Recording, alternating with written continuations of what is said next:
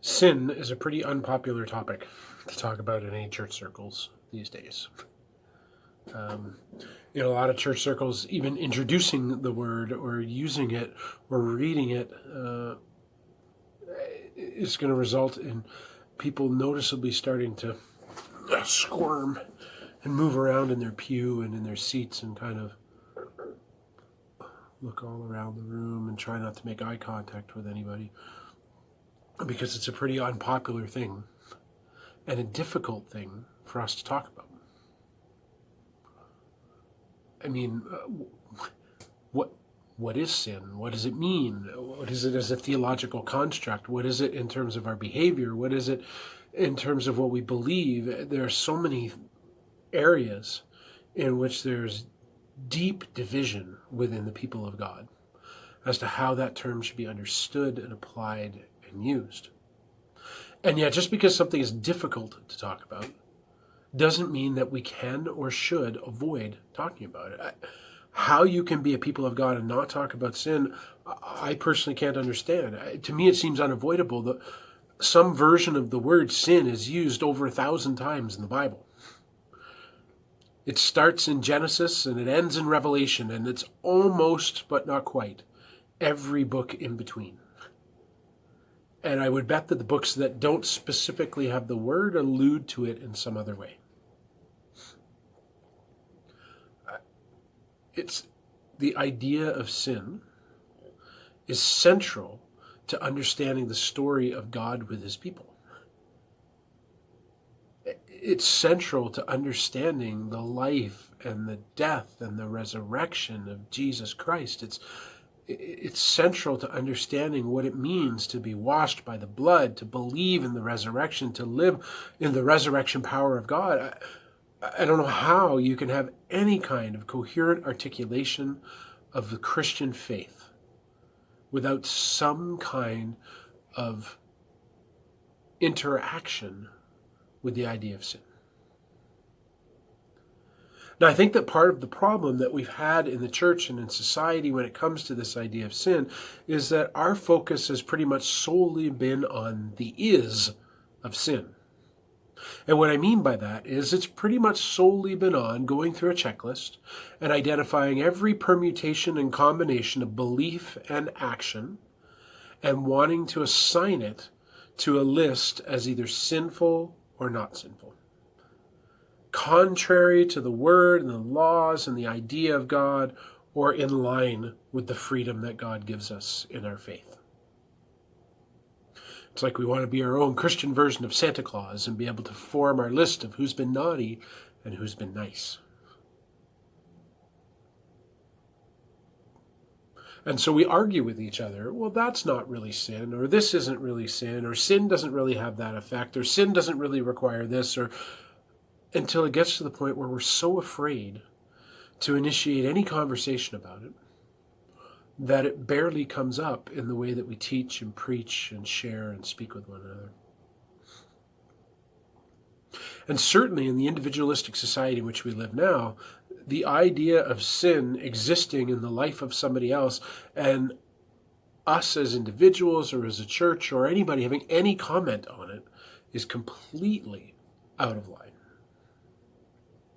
Relativism has made it so that it doesn't really matter if it's sinful or not sinful, if it's against the Word of God or for the Word of God. You have your version and I have mine.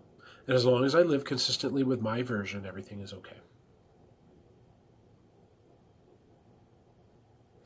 See, the thing is, sin is guaranteed to exist, whether we want to name it or not. It's guaranteed to be a part of our experience and understanding of our life in this world and our life with God. Now, I can guarantee 100% that everyone who's watching in this video has experienced some form of sin from me against them. Now, these obviously aren't major sins. I don't think I've beaten anybody up. I haven't stolen anything from anybody. I haven't vandalized anybody's property. I haven't slandered anybody to great degree, although like everybody else, there are times when people frustrate me for sure. But I guarantee that there have been times where I have acted towards you who are watching this, or the church that we share and belong to, in a way that wasn't consistent with the way that God wanted me to. And for those times, I apologize. And I guarantee that everybody watching this video has committed, engaged in, been part of some kind of sinful activity or thought or word in their life as well. We're all on equal footing when it comes to this. And so there isn't a way that we can avoid having to deal with this if we're really going to call ourselves and live as the people of God. Now, as disciples of God, of Jesus, Jesus is our example. It's Jesus that we're to be modeling our behavior and our words and our patterns of living together after. We're to learn from the way that Jesus acted towards God, towards his disciples, and towards the world around him, in the way that we interact with those same groups here, our up and our in and our out. And so if Jesus is our example, then if we want to understand how to deal with and communicate about and talk about sin in a way that is consistent with God's plan for us, then a good place to start is to try to model our behavior as individuals and as a congregation after the words and the actions of Jesus recorded in the Gospels.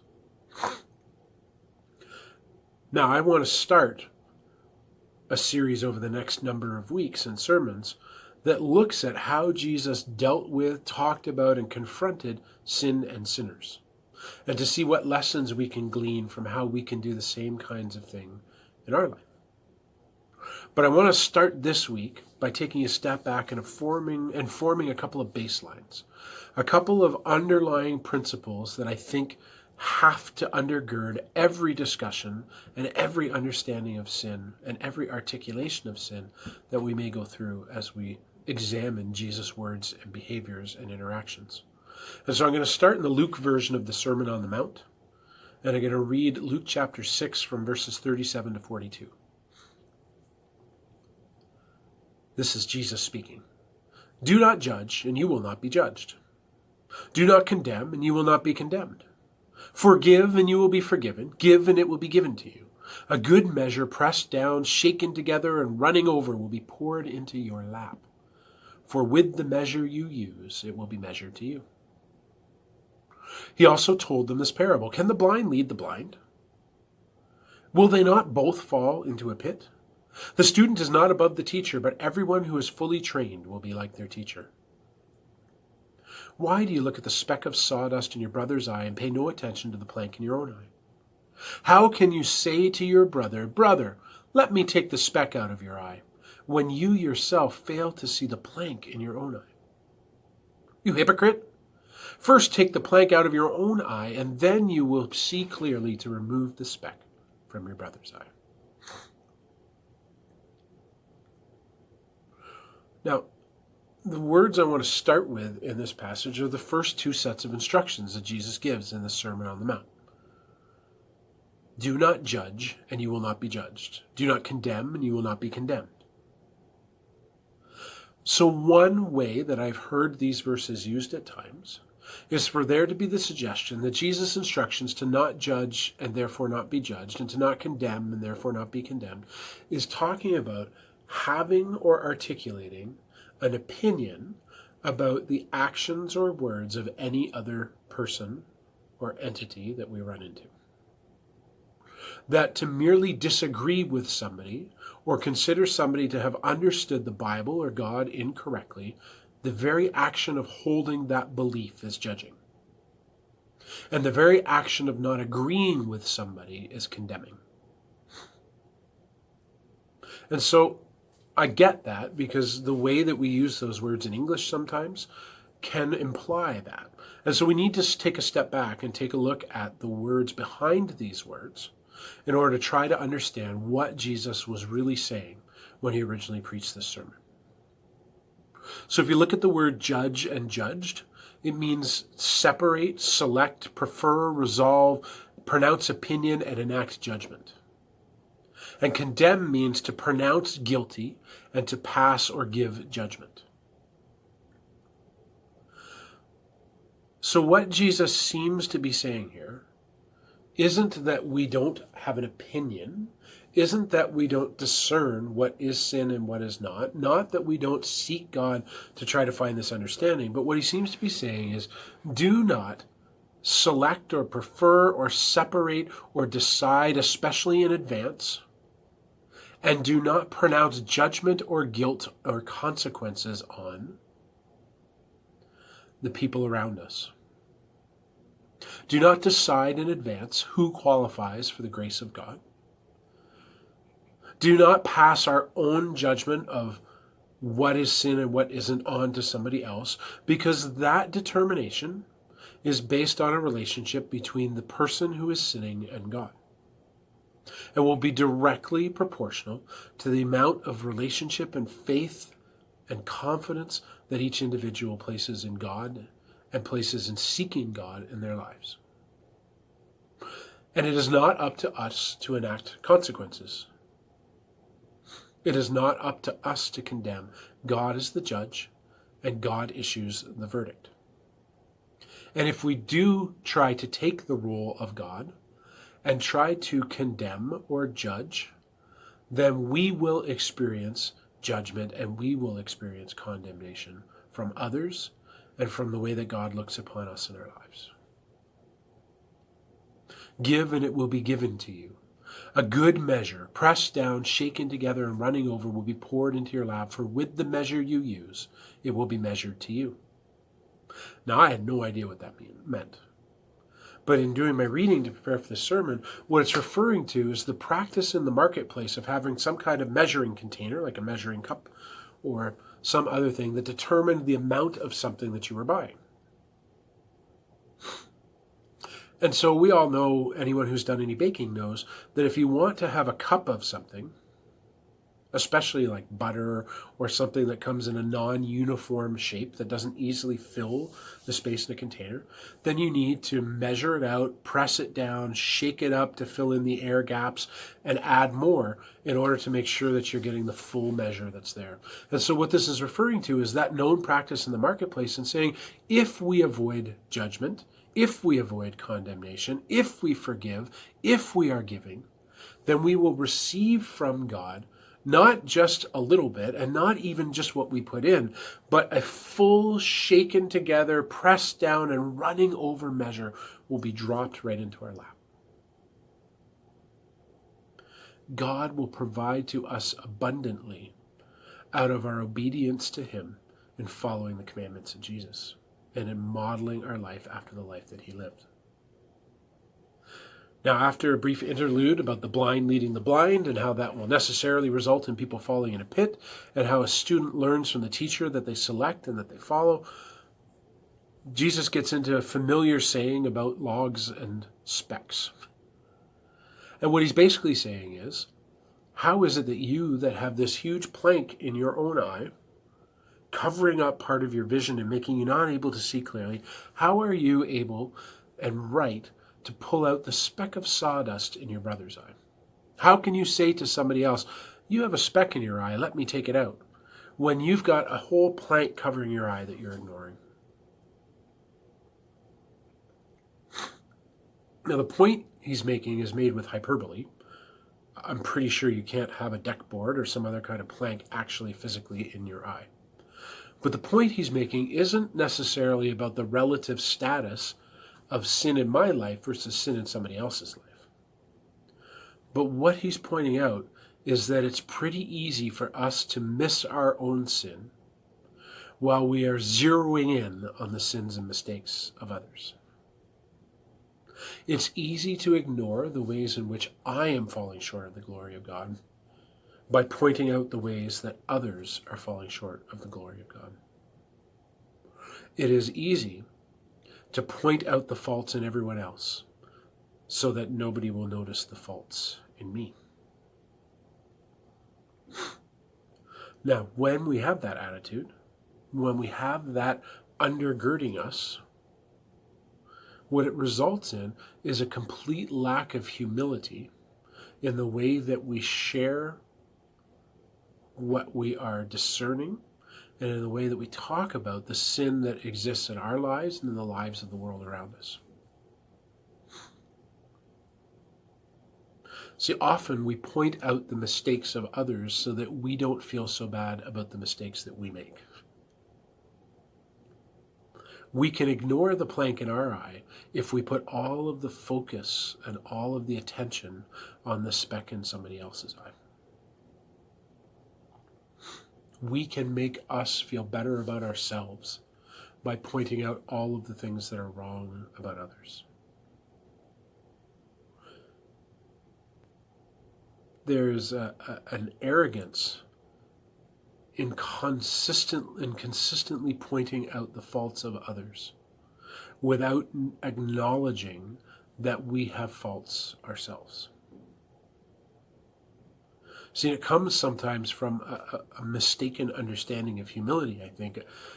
One understanding of humility that pervades is humility means to think myself worse than others, to think myself as not as valuable as others, to put myself down, and to almost carry this sense of shame about how I'm trapped in sin and I'm not good enough. Where I think the humility that the Bible calls us to is not a humility that's based on shame for ourselves, but a humility that's based on giving honor to others. So when the Bible tells us to consider others better than ourselves, it doesn't mean consider us to be worthless, but it's encouraging us to see the incredible value in others and to build them up and prioritize the building of others up over taking what's ours and prioritizing only what builds ourselves up. And too often, as a church and as individuals and as Christians in general, when we point out the sin of others, it isn't really with a heart of love and isn't really with the idea of providing correction and a connection to Jesus. It's so that we can tell everybody that we have the answers and we're right. It's so that we can gloss over and hide what's wrong in our attitudes and behaviors and words by putting the attention on the behaviors and words of others that are wrong in our eyes. Which doesn't mean that we're always or even often wrong about how we are understanding what God considers sin. But it means that the attitude with which we are doing it makes it impossible for anyone to hear and receive what we have to say. Because it's not really coming from a place of humility, and it's not really coming from a place of concern for others. It's why Jesus uses the word in this, you hypocrite. Hypocrite is a Greek word that has to do with an actor. You're acting as if you are perfect, and it's your job to correct all of the imperfect. When we can clearly see where others are missing out on the experience of Jesus because of the actions and words in their lives, when we've considered how the actions and words in our own lives are doing the same thing for us. We are hypocrites in that we are falling as short of the glory of God as those whom we seek to correct, but spend all of our time addressing the sins of others in order to avoid having to confront the sins of ourselves. And so the baseline that's set here, I don't see in these commands an instruction to ignore or to not name sin. I don't see that we need to achieve perfection in order to be able to have discussion or interaction around what the will of God is for ourselves and for each other and for our church and for humanity. But instead, I see cautions in here that should carry through in all the ways that we understand every other interaction with sin that we'll go through in the next few weeks, about our attitude and motivation and our spirit in naming it. If our attitude is one of superiority, if our motivation is to put others in their place, If the spirit in which we're sharing is one in which we are trying to hide our own faults by pointing out the faults of others, consciously or unconsciously, then we cannot be having a conversation about sin that models the way of Jesus and that follows in the teachings that he has given to us and laid down for us in Scripture.